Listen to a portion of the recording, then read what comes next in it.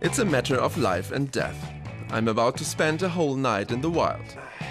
But will I survive with no special equipment, considering I only know one jungle? The city of Berlin, my hometown. If I don't know how to get from A to B, I just consult my phone. If I'm hungry, I just order something from a menu. If I need a light, it's not an issue.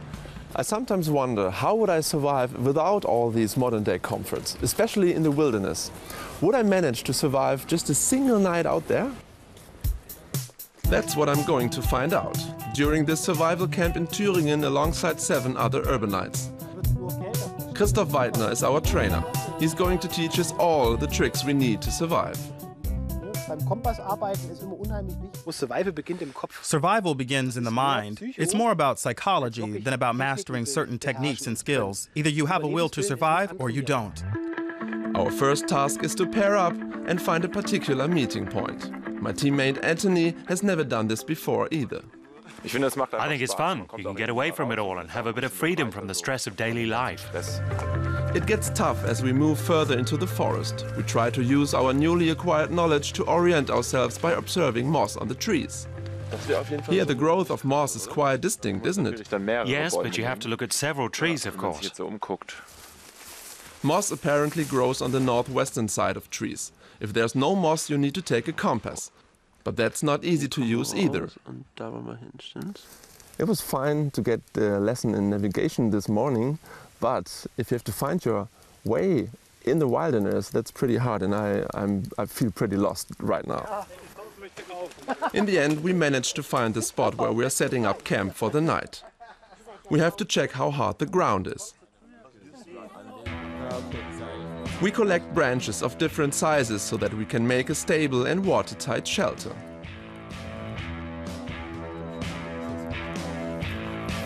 Our trainer explains how to build the ridge and ensure that the opening faces in the direction of the least wind.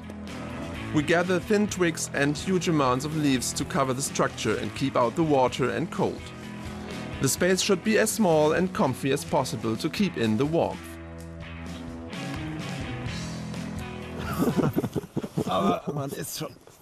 It's perfectly fine. It is.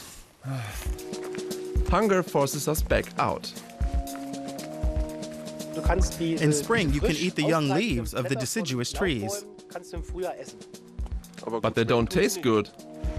Well, it's fall. I harvest hazelnuts, rose hips and some clover. That's actually really tasty. But it's hardly very filling. In any case, it's water that's most important here. We go looking for sources in the damper valleys. We manage to find one, but not without help.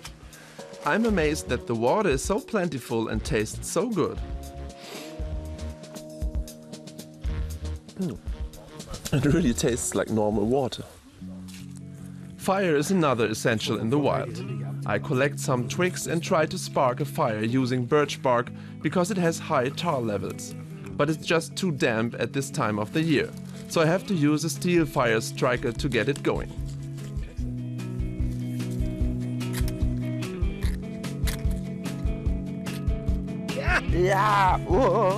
Practice makes perfect, and I finally did it. Now we can cook the sausages our trainer gave us. He felt sorry for us, didn't want us to go hungry. After all, he wants us to enjoy ourselves. My hope is to ignite a passion in people to spend more time outside. For now, we don't have a choice. Our final challenge is to get a good night's sleep in the forest. Good night.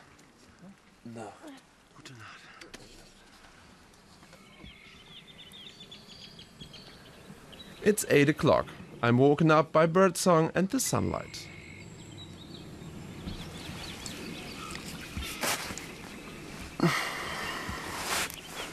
Good morning. I can't really say that it was a good night, but at least I didn't freeze despite the temperature drop. It was a great experience, but I'm really exhausted right now, and I'm really looking forward to a hot shower and a delicious hot meal. But the point is, I survived. And though I'm making a speedy escape, I'm sure I will be back in the wilderness very soon.